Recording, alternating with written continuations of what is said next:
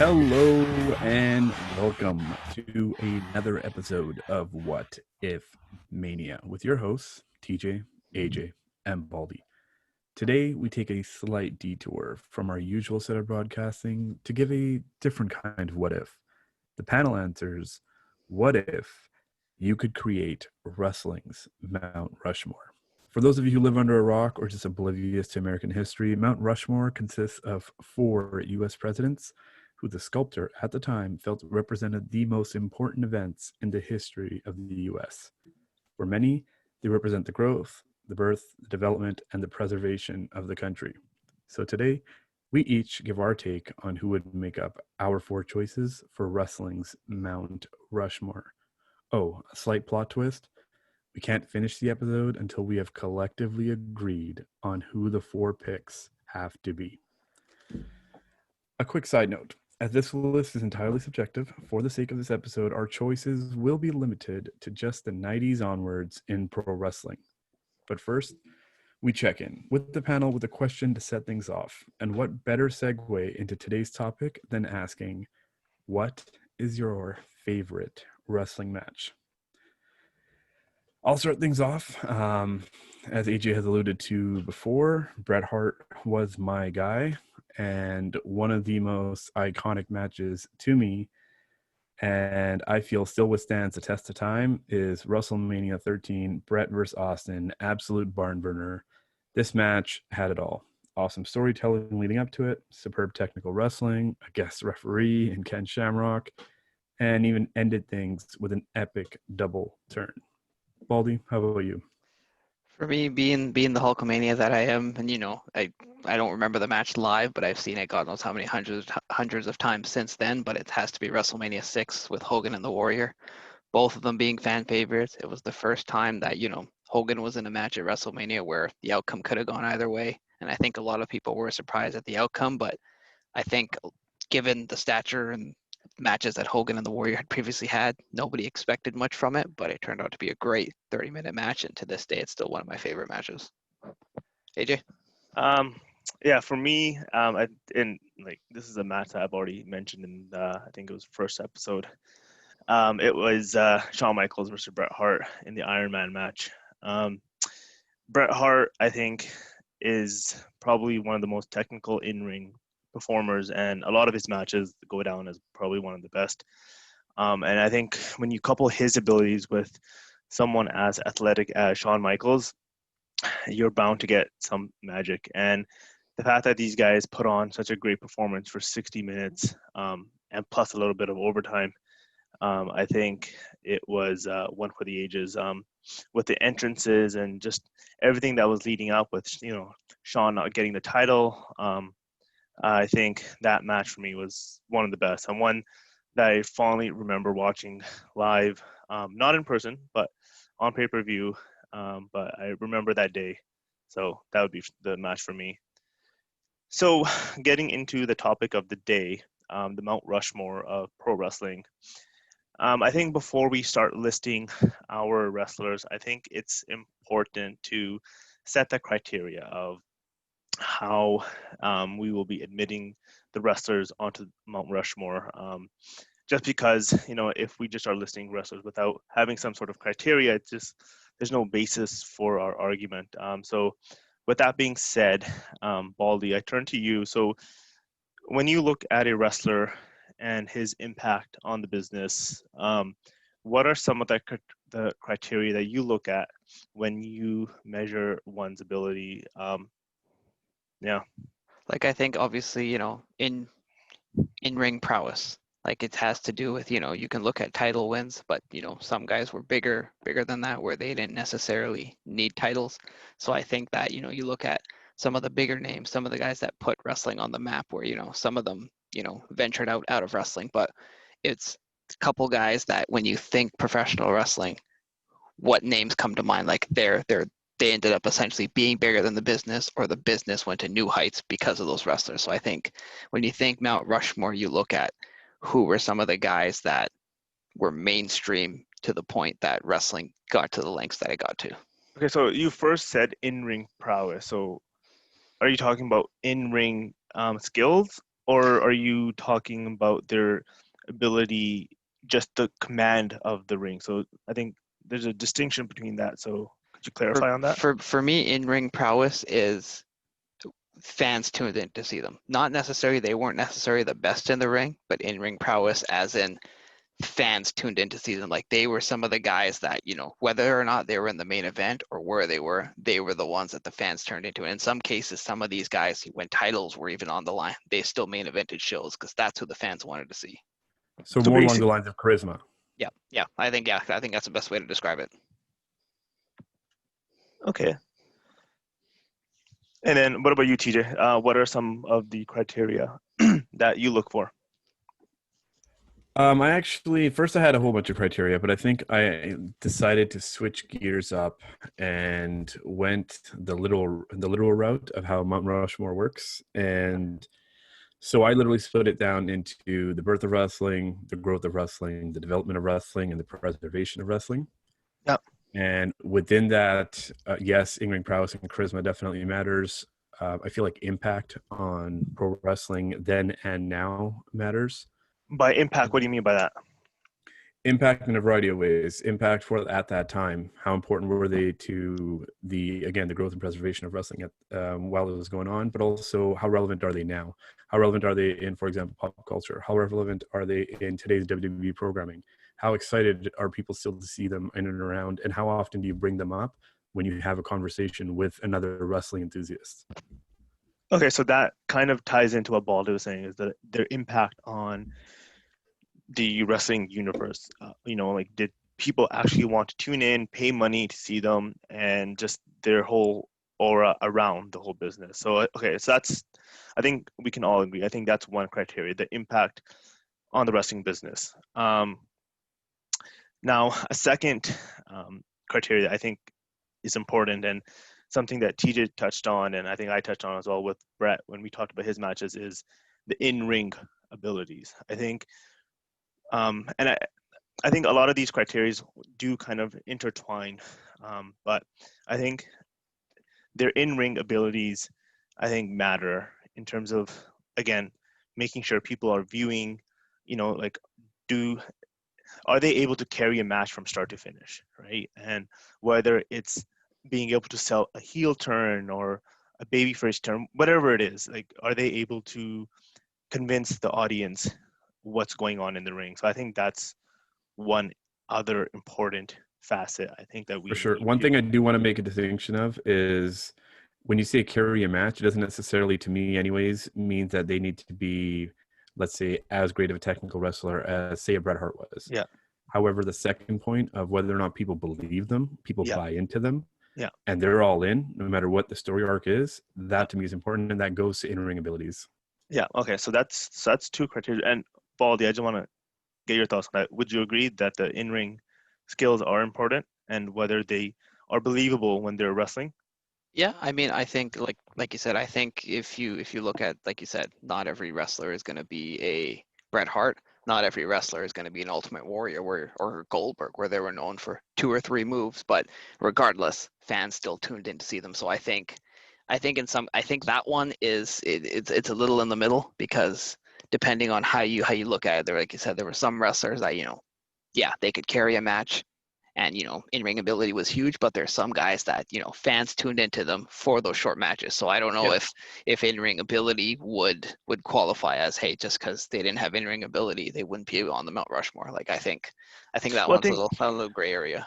Yeah, but I think what he just said kind of clarifies it a little bit. I think we're not talking so much about their technical ability, so much as are they able to draw the attention of the viewer from start to finish, and No, I agree. like I said, whether they're trying to do a heel turn or make their heel run believable, are they accomplishing that feat? So I think that's a fair. Yeah, no, I agree with that. But point. yeah, it's like I said, it's whether they were doing a 60-minute Iron Man match, or it was a 3-minute squash match. Like they had to have the fans in the palm of their hands. Right. So another criteria that I think might be important, and Baldy, I want to get your thoughts on this, is mic skills. Is that a fair criteria to measure a wrestler's ability? Yeah, I think in terms of like when you think of all the greats, it's they were all able to talk on the mic. Like that's part of their mic skills, part of their interview skills, part of having the fans buy into what they were saying is such a big part in these guys being some of the biggest names and being considered a Mount Rushmore. So I think that's a very good point. What about you, TJ? Mike skills are a given. I mean, you got to be able to Yeah. cut a promo in pro wrestling, and that goes without saying. But I do feel with Mike skills, it falls under the umbrella of charisma. Yeah. But again, with my list, I have utmost faith that each one of them has superb mic skills. So I'm fine with that criteria. Okay. That's a lot of confidence there, but I'm a little worried about Baldy's list because he keeps stressing about 3-minute squash matches, and I think he has Bill Goldberg on his list. You gotta wait. You gotta tune in to find out. okay. So the next criteria, and this has kind of been a bit debatable.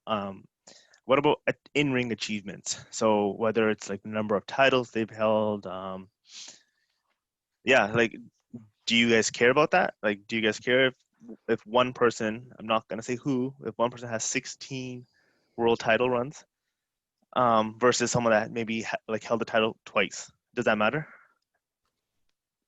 I don't think Well, so. But I think for me, like there were some guys that didn't need the title. Like for some guys at the time, at the era they were wrestling in, it was very limited wrestlers. So yeah, some wrestlers had multiple title reigns, whereas other guys essentially didn't need the title. They were bigger than the title. Some guys, even when titles were on the line, they main evented WrestleManias when they weren't even in title matches. So I think title matches, like yeah, they're great, it's a great accomplishment, but do they necessarily need to be 12, 13, 14 time world champions? If you're going to go by that list, the list would be pretty obvious of the guys that just had the most title reigns. okay. And would you agree with that, TJ? I think this is going to be one of the rare times I actually agree with what Baldy has to say. Again, achievements are great. Sometimes it's favoritism. Sometimes the belt, it's like hot potato.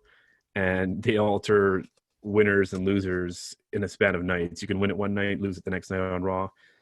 So for me, the tally of how many titles you have doesn't matter or carry as much weight, because at the end of the day, no matter who you pick is going to have certain achievements regardless of what the resume looks like. I don't think anyone that we're going to choose today is not going to be a world heavyweight champion at some point. So how many times they're world heavyweight champion, it doesn't really matter. Okay, I mean, I think I would have to disagree with you guys on this, just because like whenever you hear like Bret Hart speaking, he always talks about the guy that was holding the world title in the 90s. He was the one that was the face of WWE, and he was the one that Vince was banking on, to like sell tickets and draw in the fans. So I do think the number of times that you were the head of WWE does carry some weight. But I think if you compare the achievements criteria to the other ones, I would maybe agree that it's not as important. But I think just kind of brushing it off, I do think there is some weight behind the number of title runs that they had, because I think it shows the push that the company has in that wrestler.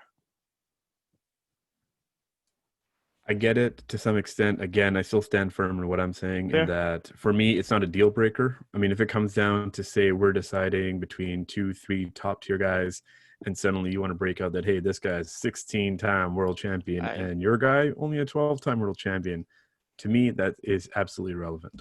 Yeah, I agree. Like I said, I stand by. Some guys were just bigger than the title and they didn't need it. Yeah, no, and that's fair. And like in the later part of, I think in the 2000s, I think the title reigns were a little bit more watered down, especially with like Triple H coming into power. I think he started to get a lot more title reigns, and that kind of clouded a lot more of the judgment in terms of who people saw as the face of the company, just because of the power that he held. So that's fair. I don't think that needs to be that important of a criteria. If we So were to list that one, I think if we did this episode another year from now, we might as well include Charlotte Flair in this list too, if we are going to do title runs. that's fair. Okay, so currently we have three criterias: the impact on WWE or WCW, in-ring skills, mic skills. So I think we should maybe try and get a fourth one if we can. If not, it's not the end of the world. What about, and I think Tita, you had this one when we talked prior, but creativity. Do you want to maybe just expand on what you meant by that? One of the things that you need to survive in this business is the ability to reinvent yourself, because you have a gimmick, and what that gimmick does is entirely up to you. I mean, if you look at Taker, I mean, his gimmick is what? Playing a dead guy? But how long Yeah. has he lasted through these years? Because he's constantly been able to reinvent himself, be creative. Another guy who is not on my list, he would get an honorary shout out at the end, but I'll kind of throw it out there, has been Jericho. He's another guy who you don't consider in like the top 4, top 5, but he's a guy who's literally brought himself to the forefront no matter which era he comes in. And it's always something new. It's always something fresh, whether it be ideas such as like the Elimination Chamber or how he presents his character or the list or anything. So creativity plays a pivotal role for me in deciding who some of the best are. Okay, that's interesting. Baldy, what do you?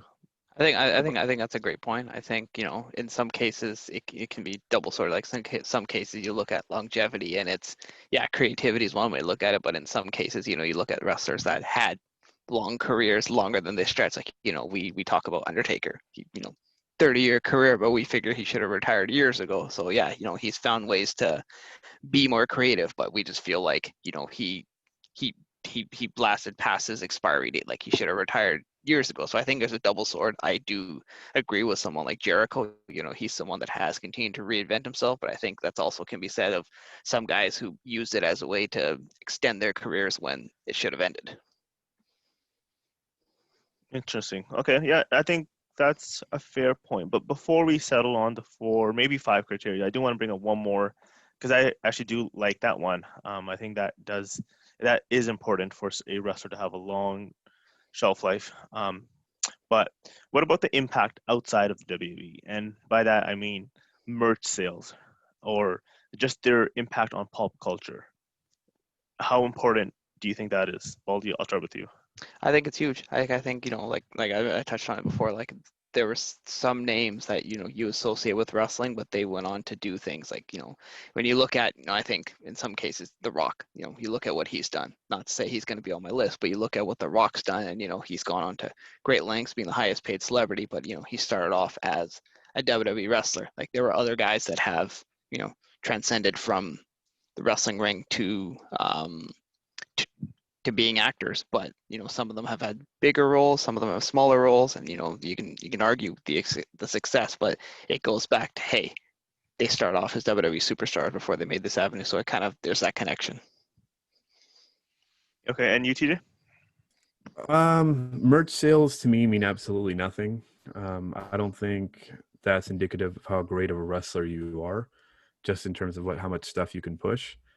For impact outside of wrestling, pop culture is a little fickle. There's certain people like Randy Savage is a huge guy in pop culture, even to this day. Andre the Giant, another pop culture guy.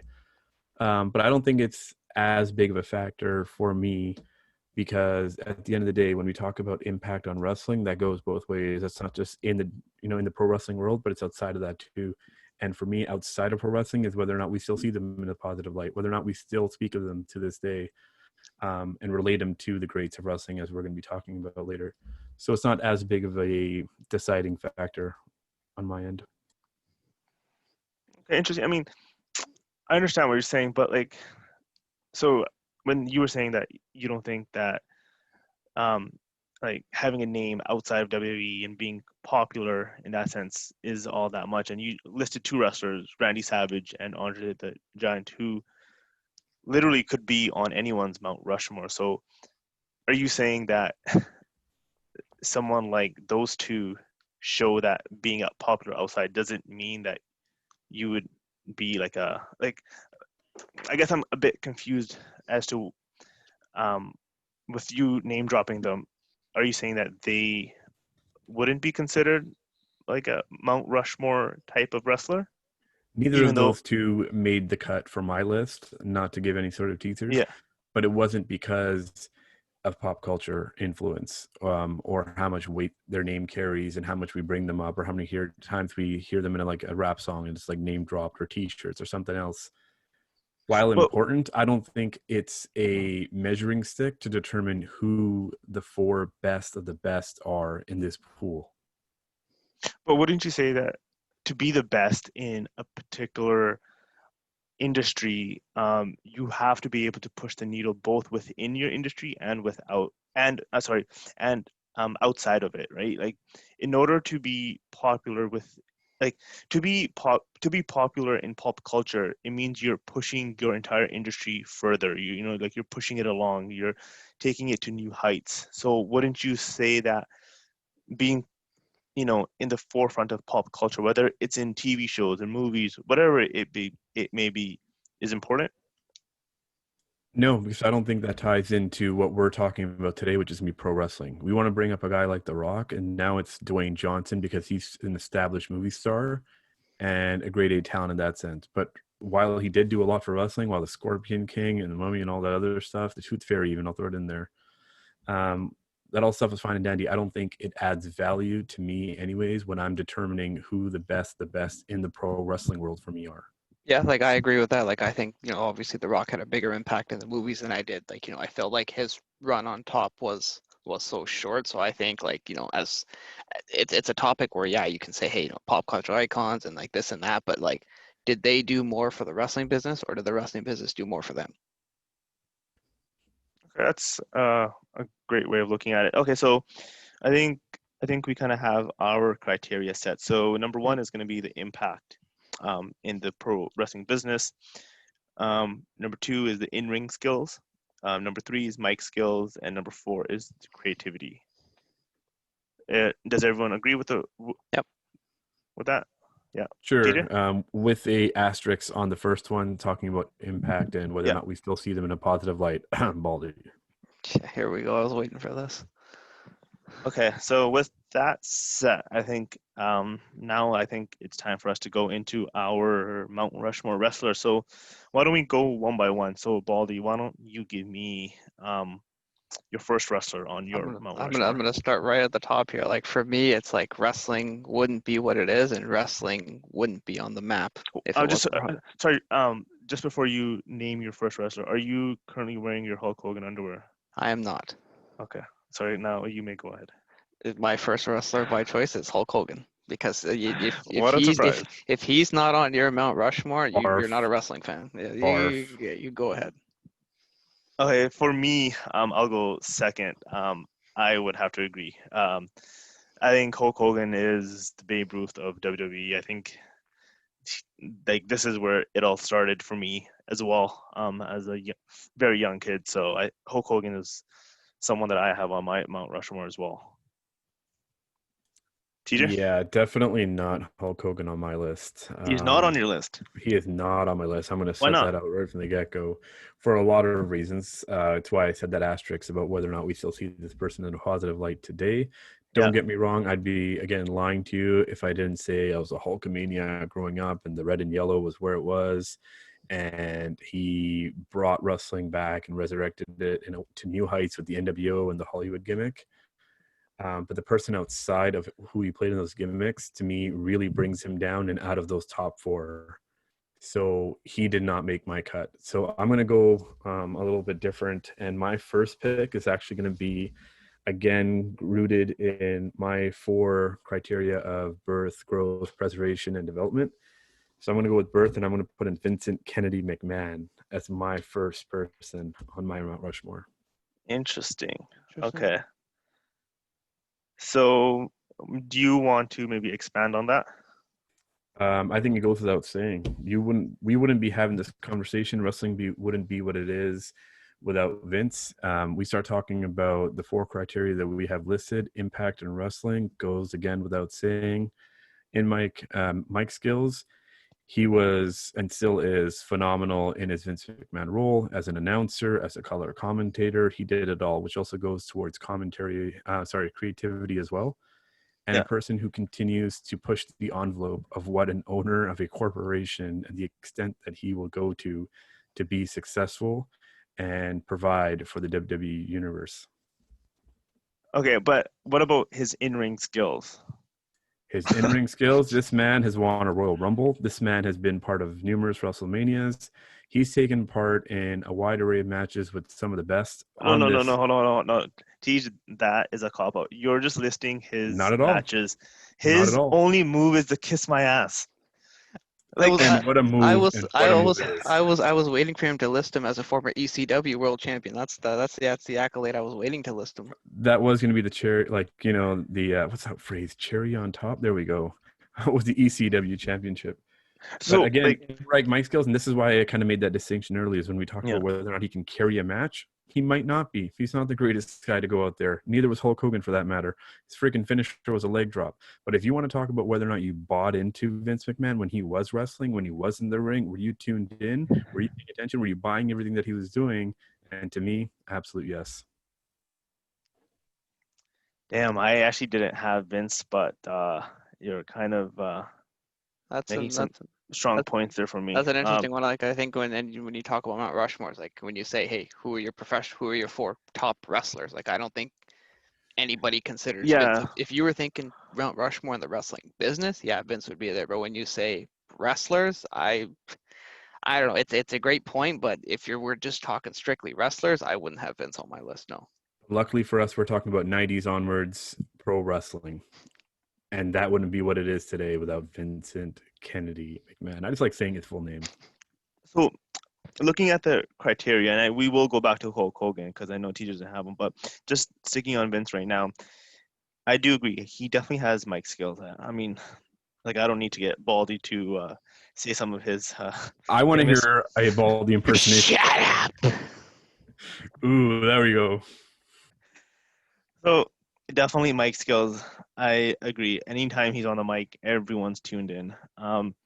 Impact on WWE. Okay, so now about this one, you docked Hulk Hogan major points because I'm sorry, did you just pause on Impact on WWE with Vince McMahon? I did. So you docked Hulk Hogan a lot of points because of his negative impact and how people tend to view him a bit negatively.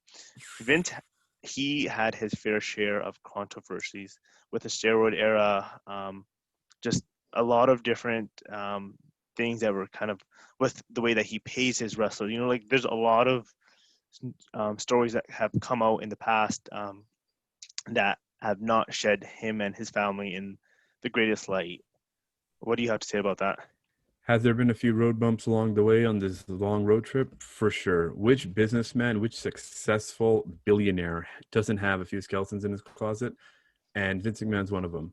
So then why can't Hulk Hogan have some skeletons in his closet? Because his skeleton's a pretty bad one. I mean, we're talking about outside of just wrestling alone and all the people that he's screwed over and things that he's done and made himself number one. Sure, fine, we'll give him the benefit of the doubt to say that he was looking out for himself, Of course, as anybody like any was. good businessman, yeah.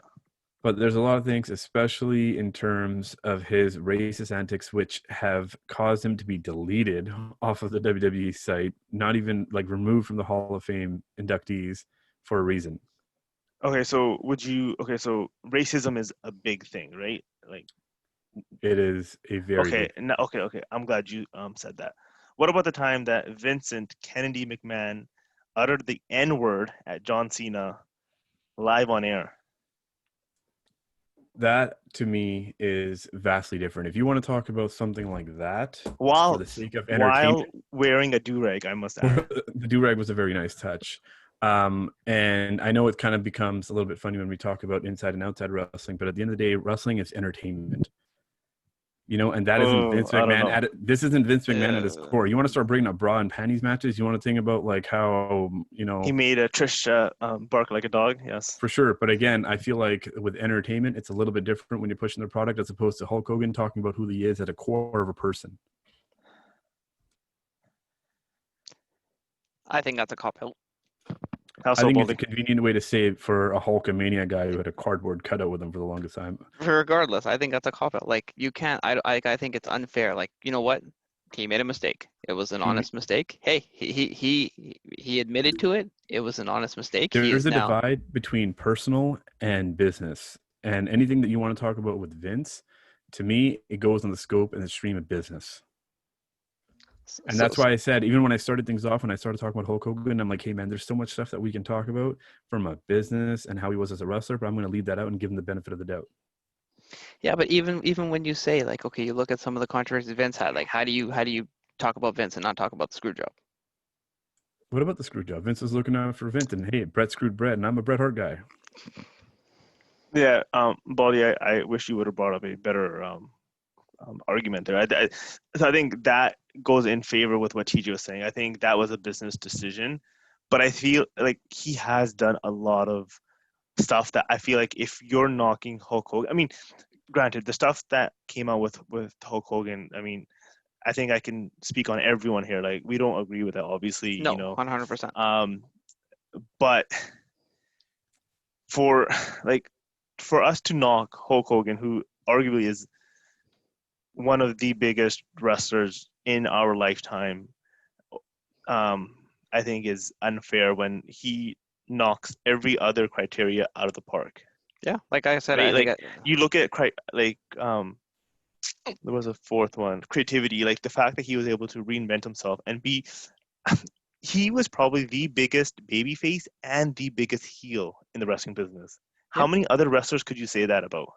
like I think at the end of the day, it comes down to the positives outweigh the negatives. Like it doesn't matter, every wrestler you put on the list, there's been good and bad with everybody. I think there's been good and bad. Like if you're gonna look at good and bad, like inside outside, like everybody's overcome obstacles. But I think in Hogan's case, the good outweigh the bad. And I think if you talk to any wrestling enthusiast, Hulk Hogan is on their Mount Rushmore list, except for this guy who's the Hogan hater over here. And on the flip side, for me, for Hulk Hogan, the negatives outweigh the positives.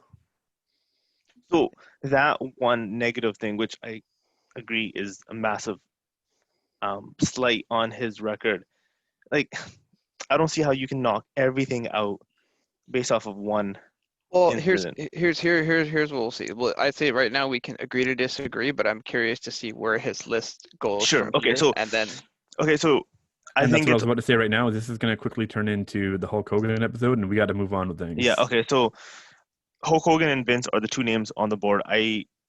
For me personally, I'm okay with leaving both of these two on the board. Like they're not finalized, but they're on the board. yeah. Do any of you two have any issues No, with at least leaving them on the board for now?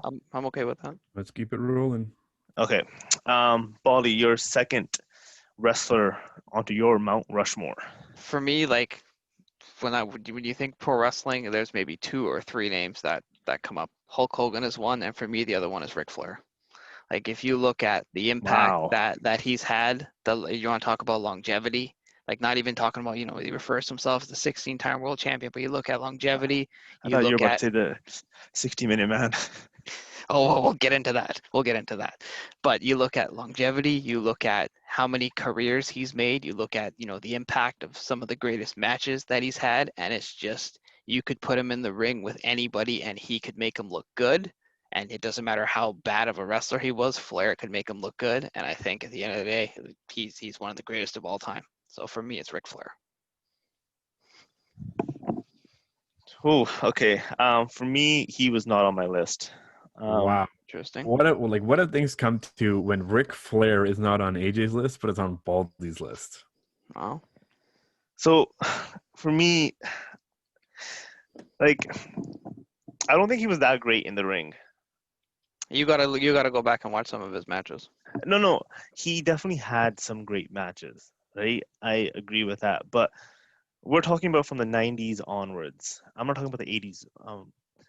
Like from 90s onwards, like, can you really think of like some like highlight matches that really have held the test of time? Because I can't. He was the one that put Sting on the map. How so? The first match he had with Sting, it was a 45-minute draw, and at that time Sting was kind of coming into himself, and like that was the match. A 45-minute draw? Yeah, 45-minute draw. Yeah, 45-minute draw. And they call it Sting's coming out party. And if you look at Sting's first title win, like that was a great match with Sting coming off an injury. Okay. Mike Skills, I 1000% give you that. Yeah. Mike Skills, he was probably the best on the mic. In ring skills for me, I don't think he quite measures up with some of the other wrestlers that we have. I think he was a great wrestler, but I feel like he was used kind of like he needed someone else to be great. Like he needed Sting to be great. He needed Hogan to be great. And I love Ric Flair, but for me to name four of the best in this business, I, I just don't think Ric Flair quite holds up. TJ, what are your thoughts on Ric Flair? I can see why. I mean, if we had kept in pop culture reference or impact outside of that, sure. But for me, Ric Flair doesn't make the cut, Wow. unfortunately.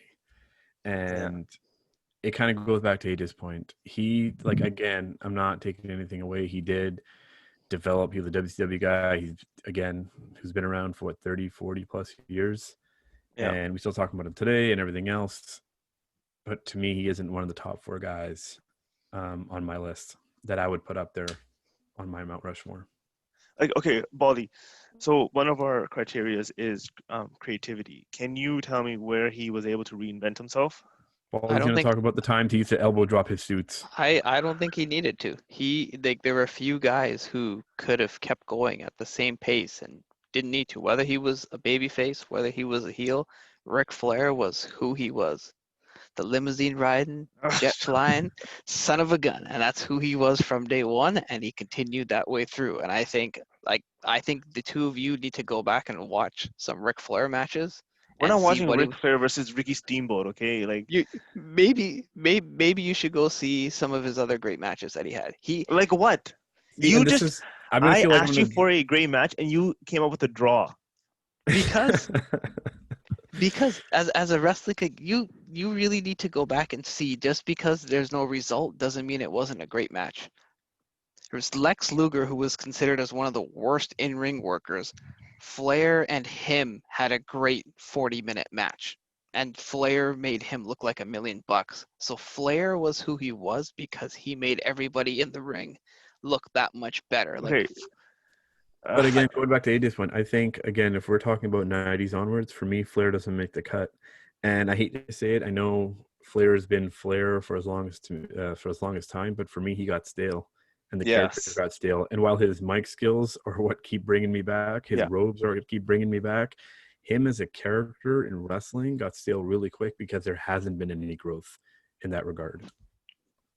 Exactly. And our first criteria is the impact on WWE. And like Baldy, you were saying, like, does this wrestler make fans turn in? If Ric Flair was like on the TV, like how many people would really get that excited? Oh my God, Ric Flair's coming back. Like it's like, oh, okay, yeah, cool, whatever. Like, A yeah, quick side note here, there was yeah. a time, I mean, I don't want to take away from Flair being one of the top guys at a time. He was, and there was a lot of times For that sure. in for Flair because he put on great matches and the He did. persona. But what I'm saying is, when it comes to the greats and we're putting everybody up to the test, he's not in the final four. Yes. And while he was great for his time. Agree. Like I just don't think he quite pushed the business further along. Like there was nothing that he brought to the business that had never been seen before, while he was great on the mic, but it's just, I think that is probably his biggest attribute that I think you could make a case for. But I think when we start going through the other names, I just don't think it's gonna hold up quite as strongly. So I think since it's 2-1, I'm gonna put Ric Flair on the outside looking in. Fair enough. Okay, so maybe I will now next name a wrestler. For me, my second wrestler on my Mount Rushmore is Stone Cold Steve Austin. Yeah, like I think a lot of these wrestlers that we'll be naming off, I think there's not much that you really need to say. I think like these are the top of the top guys, and Stone Cold, he essentially ushered in a new era of wrestling, and I think we would all agree it's probably one of our favorite eras of wrestling. He was the biggest babyface, the biggest heel. He was must-watch TV every time he came on. He was great on the mic. His in-ring matches, I mean, it was one of TJ's favorite matches with Bret Hart were just legendary. His impact on WWE was anytime Stone Cold came off and JR was going nuts. Like you just felt the energy of that arena. Like there was no one else that when their music hit, when the glass shattered, everyone was on their feet. And granted, he wasn't a wrestler that was from the 90s and continued on all the way until into the 2000s. Like he really broke into the business in the late 90s. But he definitely still had that longevity, and if he didn't get hurt, I think he would have had a slightly longer run. So for me, Austin has to be on Mount Rushmore. Well, actually, he actually had a decent run in WCW, and then what kind of put him on the map before coming into WWE was a kind of a shoot promo that he did in ECW where WWE took notice. But yeah, he became But no one mainstream really in. like knows him because of his work in WCW, right? Well, I mean, obviously, as like they refer back to it, but yeah, when he became mainstream, it Yeah, was yeah. because of Stone Cold, and Stone Cold, yeah. that's who I had next on my list as well. So again, I think that's another one of those names where when you think Mount Rushmore and guys that made a difference, like you said, he ushered in an era, and it's just if you take away Stone Cold Steve Austin, does WWE win the Monday Night Wars? Exactly, yeah. TJ? I agree in the sense that Steve Austin is also on my list. I Our think, first unanimous. yeah, I think anybody who doesn't include Stone Cold Steve Austin would be a fool, flat out. And I still think his WCW days were quite notable. I mean, this is a guy who gained a lot of traction right when he jumped in the mix. Yeah. And he started climbing really fast. And then they transitioned him into tag team, and he started running with Brian Pillman there, and they were still really good until he got unceremoniously fired by Eric Bischoff. But it was obviously his time in the WWE. I already spoke about WrestleMania 13.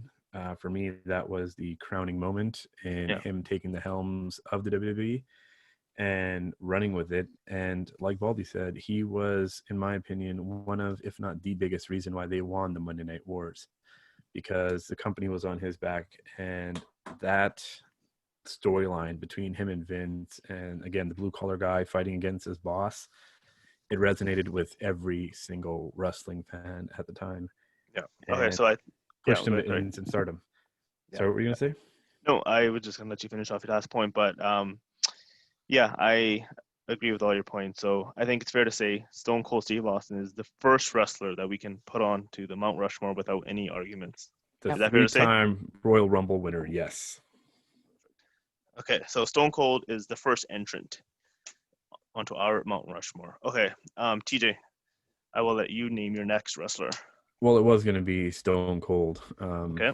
So it kind of takes away from that a little bit. For me, again, going back to my script and my foundation, he played a pivotal role in the development of pro wrestling and took it to new heights at a time where they needed someone to go to bat for the WWE because they were getting slaughtered by WCW. And another guy who, in mic skills, were amazing. He's gone from like the super badass SOB to hilariously putting up skits and like his what's that still carry over to wrestling chants today. Yeah. So his relevance is far on. And for me, also another key point is his second act, which is also really, really important when it comes to impact in wrestling. Yeah. His second act has been great in terms of acting, in terms of his podcast, in terms of doing all these other ways to still be busy and relevant and Stone Cold and giving back. I agree. And I think it's another one of those, like, when he does make the odd appearances and that glass shatters, you still get the standing ovation. No, completely agree. Okay, so we got Stone Cold. So, did you want to name your third, TJ, or should I go to Baldy? Let's restart it again. Okay, Baldy, do you want to name your third wrestler now? Well, actually, Stone Cold would have been my third, so I can move on to my fourth. Sure. This was it was a lot of thought process that went into this of like who would be my fourth, and I ultimately decided on the Undertaker. So I thought you look at someone who the longevity, being able to reinvent himself, just the returns have been infamous, the comebacks. So, and it's just again, he was one of those guys where I look at, he's the only one. He's been around for 30 years. He was maybe a 5 or 6 time world champion. He was one of those guys that didn't need the title, but his longevity, him being able to, despite us saying, he should have retired years ago, the fact that how he ended off his career ultimately, I think was perfect. And I think as someone who has had so many character changes over the years, and it's just as times were changing, he changed with it. Like, I think he deserves to be on the Mount Rushmore. Okay. I would have to agree with that. He was on my list as well. Undertaker has always been one of those names that you don't immediately think of when you think of like the top stars. But when you really look at his resume and everything that he's done in the ring, I think you have to put him on the Mount Rushmore. When you look at the criteria, the impact on WWE, I mean, his matches were legendary. His like Hell in the Cell matches with Shawn, Triple H, CM Punk, and then going back later in the years with Kane and the Brothers of Destruction and just legendary matches. His in-ring skills, I think, especially when he was younger, were surprisingly really good for a big man. Whether it be when he would be like walking along the ropes or just all his different maneuvers, like he was a great technician in the ring.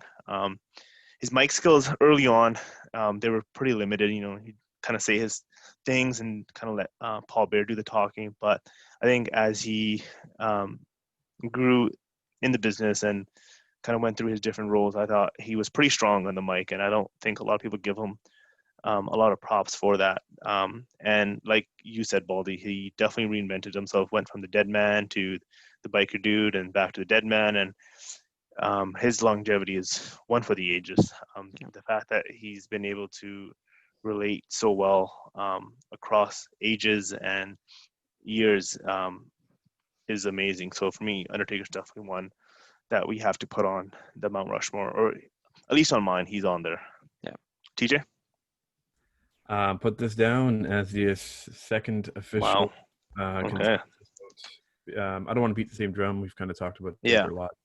I did have a chuckle when you said that biker guy or that biker dude.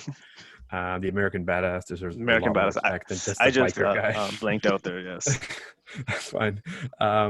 But I actually, like, even in his beginning stages when he would have Paul Bearer and even Brother Love do a lot of his mic work for him, I still feel like his mic skills were great because all he had to do was look at the camera and roll his eyes and you would be freaked. Yeah. And he sent shivers down, and people, like, I remember his entrance and kids were literally spooked on who this guy was. So even though he didn't talk much, he still commanded the scene. He commanded the promos and how he did. And even when he started talking a little bit more, and he started talking about Yoko and Buried Alive matches or casket matches and stuff, he would still have a few lines in that sort of deep, snarly, growly voice, and it worked really well. And then obviously everyone knows about the streak and everything else. So yeah, Taker in for mine too. Perfect. Okay, so we got two wrestlers, Austin and Undertaker. Okay, I will go next. So on my list, I had Hogan, Austin, Undertaker, and the fourth guy, I think from the sounds of what your guys' list is shaping up to be, I think this might be a bit controversial, but I have The Rock as the fourth wrestler. Mike skills, I don't think I have to say a lot here. He was brilliant on especially the early 2000s when he had his heel turn. Those sessions with like Jonathan Coachman or whatever, they were just legendary. His in-ring skills, I thought he was brilliant. I think it was Baldy or maybe TJ that had mentioned he was probably one of the best at taking a stunner. But he had great matches and he was really great in the ring, super athletic. His impact on WWE, I thought, was pretty positive. Granted, I know his run was not as long as some of these other wrestlers, so I think that may dock a couple points off of him. But the fact that in one of the biggest eras, the Attitude Era, you had Stone Cold on one side and you had The Rock. Right? I don't think you can really look at the Attitude Era and not think of The Rock, because I think he definitely helped usher in that era along with Stone Cold. But I think one area where I think he may also dock some points is his creativity. Granted, he was a great babyface and a great heel, but he didn't have a lot of those different changes that some of these others like Undertaker had, for example. But I think I think the impact that he had in the business, granted it wasn't as long as some of these other wrestlers, I think it's one that we can't ignore. So yeah, I think The Rock should be on the Mount Rushmore. Like for me, Rock was one that I debated putting on there, but like for me, you think of the Attitude Era, like, you can say Austin and Rock were 1A and 1B, but for Yeah. me, I feel like Austin was the top dog, and The Rock didn't have, like, he had a great run, don't get me wrong, but I feel like him not being on top for as long, and it's just his reign being so short before he transitioned into movies, like, that's why he wasn't on my list. Like, if you look at some of the other names, like longevity was Okay, one but of okay, them. so let's look at the criteria though. Actually, before we look at the criteria, TJ, I just want to get your thoughts before I start to dissect the criteria. I was a big Rock fan growing Mhm. up. I feel like in an interesting way, not many people are as creative as The Rock when it comes to especially slogans. Yeah. You have Lay It to Smackdown, Bring It, Candy Ass, if you could smell, blah, blah, blah.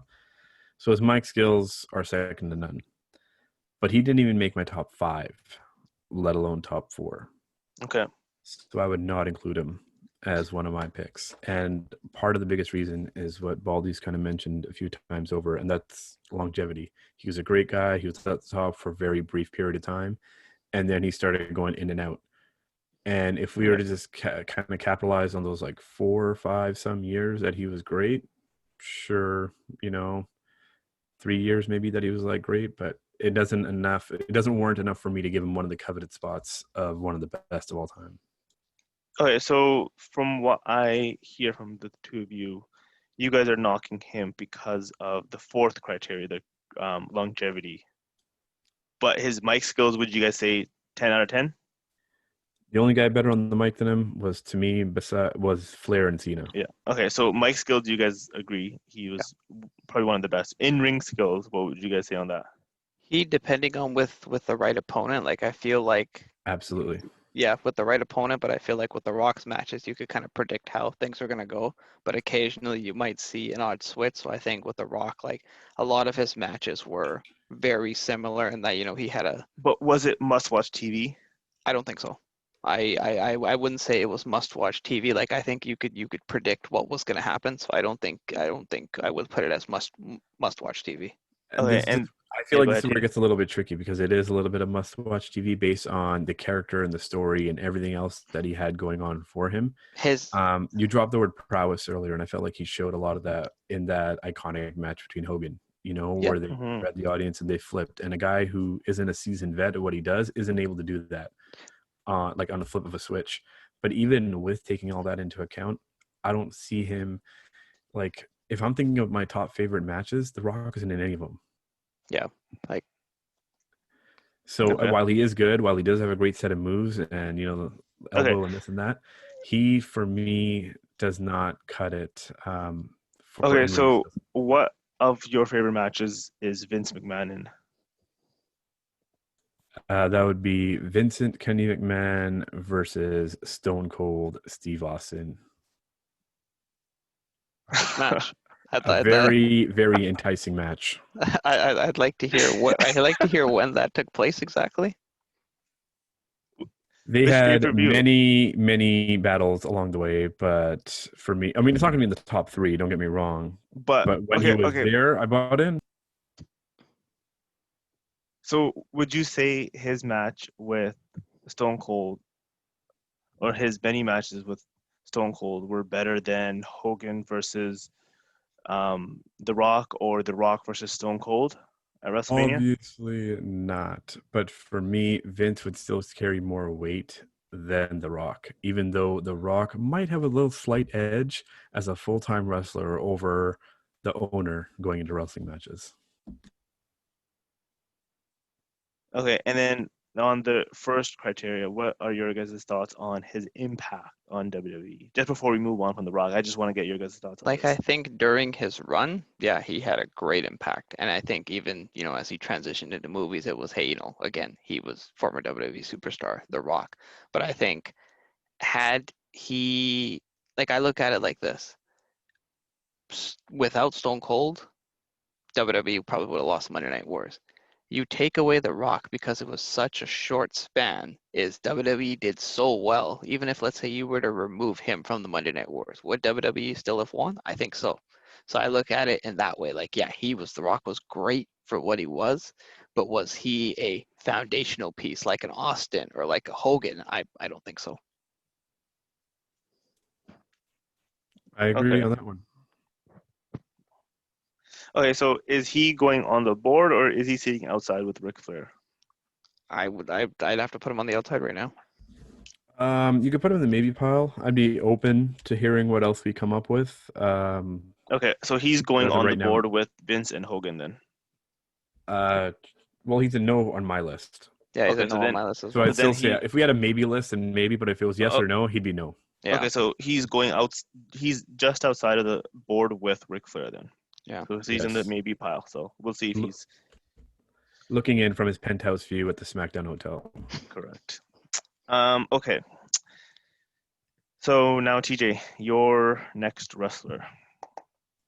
So we got two spots open right now, just so you guys know. Sure. So I went with Birth of Wrestling to Vince. I went for Development to Austin. Yep.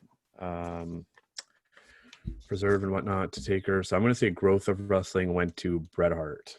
And to me, he deserves a spot up there with the best of them.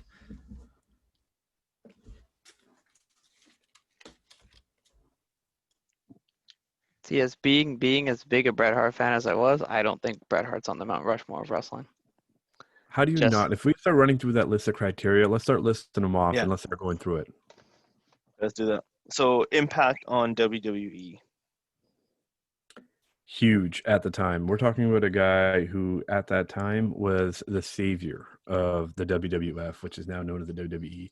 And we all know that when Vince had troubles, when his big men weren't getting it done, when Yeah. that bust of a Diesel character couldn't carry the World Wrestling Federation, it was Bret Hart who came in to save the day each and every time.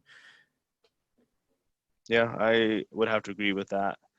I think he had a very positive impact. I know some people will they tend to look at his reign that he took too much control of the backstage, but I don't really see it that way. I think he was a positive influence.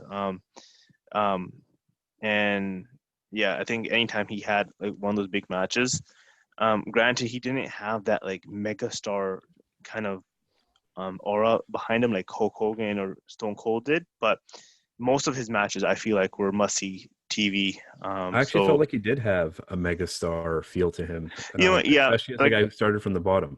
You know, if we want to start running through the whole Bret Hart history as a guy who started as like a tag team, you know, and the only to put on Bret Hart out of our criteria could have been Mike skills, and that was only in the beginning stages.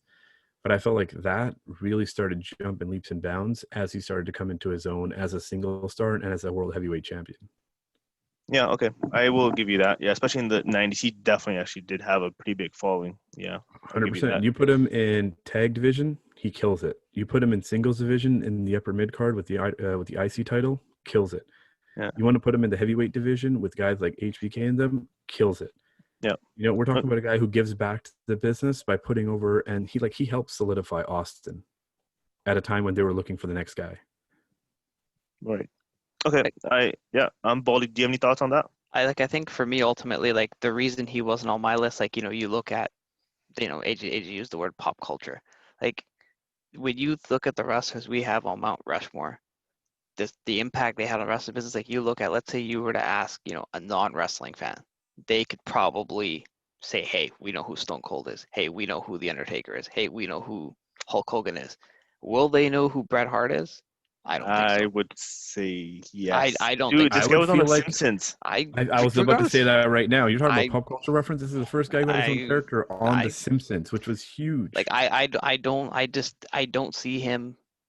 Like, and this is me being a Bret Hart fan. I don't see him on the level of a Stone Cold, of a Hulk Hogan, of The Undertaker. But we're talking about in the 90s, because like I do understand what you're talking about, Baldy. But when you like really go back and think about the 90s, like this guy was huge. No, I know. Like, I mean, yeah, I know. I've seen, like, I would say, like, if you were to look at the Mount Rushmore of the greatest in-ring performers, yeah, 100%. Bret Hart probably be the first one on there.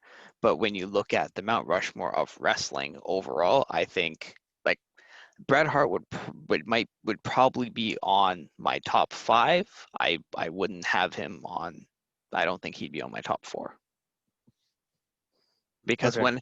when I came into consideration about this, like I didn't even have Bret Hart on my list at that time. Like I considered The Undertaker, I had The Rock, I considered a couple other guys, but Bret Hart was not one of the ones I considered. But For me, I had Bret Hart where I originally had The Undertaker, but I thought about it a bit more. But Bret Hart, I think, for me was definitely top 5. So, okay. So I think impact on WWE, I think TJ and I are a bit more in agreement on this fact that he did have this criteria versus you, Baldy. So maybe just moving on to the next one, in-ring skills, I think just we can all agree yeah, he was probably one of the best in-ring yep. skills. He made you want to watch the match, and he was a great technician, right, Teach? I'm assuming you would agree since this is one of yours. 100%. Yeah. Okay. And then mic skills. This one, for me, is the reason why I docked him out of my top 4. For me personally, I don't think he was as great on the mic compared to some of these other wrestlers that we have. For me, I feel like it's the unwarranted criticism on the Hitman that has been around for far too long. And when you actually look at his work on the mic, it's really, really top-notch stuff. We're talking about even the time when he started developing this character, when he got into the feud with Austin, he's like the whiny crybaby, and then he goes into this whole US and America thing. He was cutting great promos. Even when in WCW, he was still rocking the mic really, really well, but it's an easy knock on a guy because when he first came in, he was that shy, quieter kind of dude who had Anvil lead the way and who had Jimmy Hart as his mouthpiece. So it's one of those criticisms that's always stuck with him for a long time. But when you actually look at his work, even with HBK, he was doing great mic work. When he talks with Vince in the middle of the ring and he's going off about how everybody's working against him and he's not getting his fair shake, I mean, that's all Bret Hart. Baldy? Yeah, no, I mean, like I said, they're all great arguments, but for me, like if you're talking about Mount Rushmore, I don't see how you can have Bret Hart on your Mount Rushmore list that ahead of guys like Hulk Hogan and Ric Flair. Like for me, it's just I don't see it. He's one of the best, but Mount For me, Rushmore, I don't see it. yeah, for me, for my skills, I think TJ, like to your point, I think he was good, but I don't think he was great. I think he was underrated and doesn't get the credit that he deserves on the mic. Okay. I think the other big thing is like you look at the career he's had, it wasn't until his last couple of years where he came into it himself on the mic. But you look at some of the other guys, they've always sort of had it. But you also can make the argument that he also came into his own in the later stages because he finally started getting a share, like a crack at it. You know, Vince has always gone to the bigger, huge guys just because HBK was just like poster child, so he went with him. And when those guys floundered and when they couldn't push it, who came to save the day each and every time for the WWE? Bret the Hitman Hart. Okay. And then looking at the last criteria, creativity.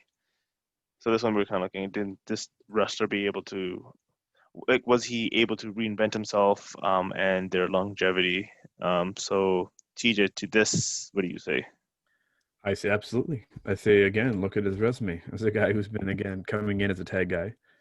Instead of fitting into that box, he started going into the middle. Then he started becoming a heavyweight champ. But then besides that, he turned into a heel, which was like a babyface Bret, a guy who can't do anything mic skills. How would he be able to pull off a heel gimmick? And he was great at it. And unfortunately, he left. And this is like another episode, hopefully, when we tackle Bret Hart in greater depth. But had he stuck around in 97 and really gone at it with Austin instead of going to WCW and absolutely killing his career? Yeah, I mean, for me though, like I think the problem that I've kind of had with Bret Hart when you think about his longevity is like, so when you go back to that like Montreal Screwjob and why Vince had kind of gone to him and was like, hey man, I think you should probably take the WCW money. I think Vince had mentioned that, like with the Attitude Era, like just the way that the WWE was going with like, like the raw uncut type of content that they were putting out, I think his character was, I think, having a hard time fitting in. Right? So like if you were to picture Bret Hart in the Attitude Era, I think like I'm not sure what they could have done with his um character that I feel like he would have flourished in the Attitude Era because, if anything, he's shown that he can hang with the best of them. And this is also a guy, I mean, sibling rivalries. He's a guy who, like, the whole angle with Owen Hart going into like WrestleMania and everything was great, but also very, very, what's that word? Not risque, but not even controversial. But it was edgy at the time of the whole like brother turning on brother. And Vince was like, "How are you gonna be able to pull that off, man?" And he did, and he pushed Owen to greater heights. So I think he could have done well. And again, with Austin came out of the whole Brett feud. yeah, I mean, I get that, but like I don't know, like I just feel like with his character and maybe like we would have seen it if he did stay with WWE and forced Vince's hand into changing his character, but I just don't know if we saw a lot of reinvention, but he did have his longevity. I think he would have wrestled longer had he not gotten injured. So I think for me, I think it's fair to put Bret Hart on the board with Hogan and Vince as maybes. Baldy, Yeah, do I you think have any? I think that's fair. Like I said, it's the argument can be made there. He wasn't on my list. That's not to say he wasn't one of the greatest. So I think it's fair to put him on the board. Okay, okay. So currently we have Austin, Undertaker, and who are into the Mount Rushmore, and Hogan, Vince, and Bret Hart as maybes, with The Rock and Ric Flair sitting on the outside. So I think now we've kind of gone through our top four. Um, Unless I'm missing any one of your guys' top four. Have I missed any? No, I went through mine. No, I'm good too, I think. Okay, so I think now it's time to kind of go into the other pile and just are there any other wrestlers that you guys were debating that you guys haven't mentioned that you guys maybe want to mention as a possible wrestler that might take one of the two spots? Maybe I will go net first. So some of the wrestlers that I had in my maybe pile have already come off the board with Bret Hart and Ric Flair. I wanted to get you guys' thoughts on this wrestler, John Cena. Now, I have to preface, like, this was an era that I never watched wrestling in, so granted, like, I didn't really care too much for him, but I can't disrespect the work that he's put in. He's basically carried WWE in an era that was probably their darkest time, and he's kind of shouldered most of the workload and his mic skills were amazing. In-ring skills, while debatable, he was pretty. I don't know what the word is, but he was one of those like wrestlers, like kind of the Rock, where you kind of know how his matches were gonna go. But his longevity for the time that he was in, and the way that he was able to reinvent himself from the doctor of thugonomics to like John Cena, who's Mr. America, I think is one that you can't ignore. So what are your guys' thoughts of John Cena? See, I feel like with Cena, yeah, he gets the accolades. Like he's someone is because okay, 16-time world champion, but I feel like he was someone the company relied on. It was more of a transition period. Like I felt like there weren't too many wrestlers during that era. Like I didn't watch it religiously, but I still watched it enough where I felt like it was Cena on top with the same guys over and over and over. So I felt like he was someone that was put on top because the options were limited outside. Like he had God knows how many matches with Edge, God knows how many matches with Orton, where the title was just flip flopping back and forth and back and forth. Like so, like for me, I look at Cena as, yeah, for this generation, they probably will have him, but I don't have him on my list because I don't see him on the level of an Austin, on the level of an Undertaker, on the level of Hogan, where his his run on top was that memorable, and you can look back and be like, okay, well, Cena had his crowning moment here. Some of his best matches were here, and you look at how we talk about Austin in the Attitude Era, like I felt like Cena's run on top, it wasn't memorable. Okay, I think that's fair. Like he wasn't one that made my list. TJ, do you have any thoughts on John Cena, or are you okay with just ignoring him? Cena was actually number 5 on my list, Yeah, and in that's fair. large part because Baldy was kind of talking about, like, for this generation, he's their it guy. And when it comes down to preservation of the wrestling world, he's the guy who's been at like doing that front and center for a long period of time. And there's a fan out there by the name of Jay Shergill who would have been very disappointed because he would have put both John Cena and Roman Reigns on his top two picks of 4. But we're going to disappoint him in that. But John Cena, to me, when it comes to everything else, I feel like also to the criticism of his in-ring skills, his work has been very limited for what he has been able to do. But when push comes to shove and he's had to go through those matches, like, for example, Money in the Bank with CM Punk, phenomenal match. One of my favorite this time. And it really showed what Cena can do. But he's one of those guys that he doesn't need to do it. Therefore, he doesn't. So you get the same old same. But he's also been a guy who's proven that he's willing to do what it takes for the business. Like, he'll go in and get quashed in like 30 seconds if he has to. Yeah. But this is never-ending thing about, hey, he's the guy who's like pulling the strings and burying people. I believed it at first. I don't believe it so much now. But I do want to give him quick brownie points for being one of the only people who could stomp the master on the mic in The Rock when he had him floundering his words. Okay. And is there anyone else that you guys want to mention, or should we just debate the 3 maybes that we have on the board? I say we move forward. I just wanted to give a shout out to Jericho because I feel like he doesn't get the credit he deserves, but he's also up there with every criteria that we mentioned. Yeah, I think that's another one that, the argument could be made. And, again, the name itself isn't as mainstream as some of the other ones, but I feel like he makes a pretty good argument to be on there. Yeah, okay. So the 3 maybes. So we've got Austin, Undertaker, and now we just need to decide on the 3 maybes. Hogan, Vince, Brett. Okay, so we got to take one person out. I'm just not sure who that's going to be. Baldy, I'll let you go first in terms of who you think should take up the 2 spots. Like I said, when you think of wrestling and you think of Mount Rushmore of wrestlers, I don't think Vince McMahon should be on that list. Like, when you think of pro wrestling's Mount Rushmore of, when everything included, I can see that argument. But when you look at just from a wrestling perspective as wrestlers, and so much of it is in ring, I don't see Vince McMahon on there. Okay. So you're going with Hogan as Brett and Brett as Joe too. Yeah, I can live with Hogan and Brett. Okay, so maybe let's start with Brett then. For me, I think looking at the list, I think Brett is in for me. Baldy, you're going with the same. TJ, do you agree with Brett? I'm 100% for Brett. But I will say this when it comes down, because Vince is on my list 100% as well. Yeah. But I will say, again, with an asterisk, that if we are talking about wrestlers, sure, you wouldn't put Vince on there. But I'm talking about pro wrestling overall, as the guy who's literally the founder of the whole thing. But then if that's the case, would Eric Bischoff not be on your list? Given the impact, I think an argument could be made. Like, if you're looking at wrestling from a forefront and you're looking at it from that perspective.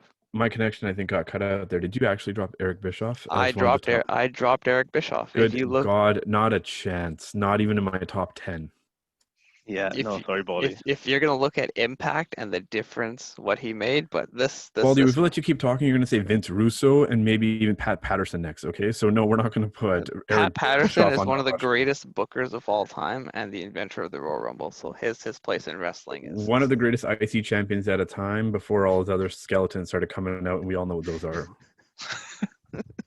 Okay, so we got Stone Cold, Undertaker, Brett. So we just need one more.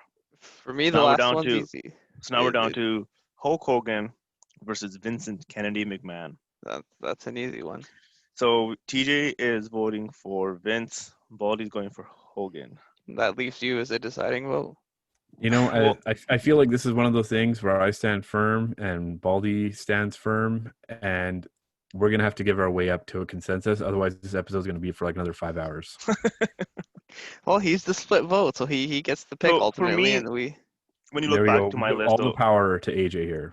Hogan was on my list, and I don't see how you can have a legitimate. Thank you. Like Mount Rushmore without Hulk Hogan on it. Thank you. So for me, you would have to go Hulk Hogan. I put Cena over Hogan, but whatever. What? Says the guy who jumped out of his chair at WrestleMania 30 when Hogan's music hit. That was fake news. That never happened. So for me, it's Hulk Hogan taking the 4th spot, and that's 2-1. So majority wins.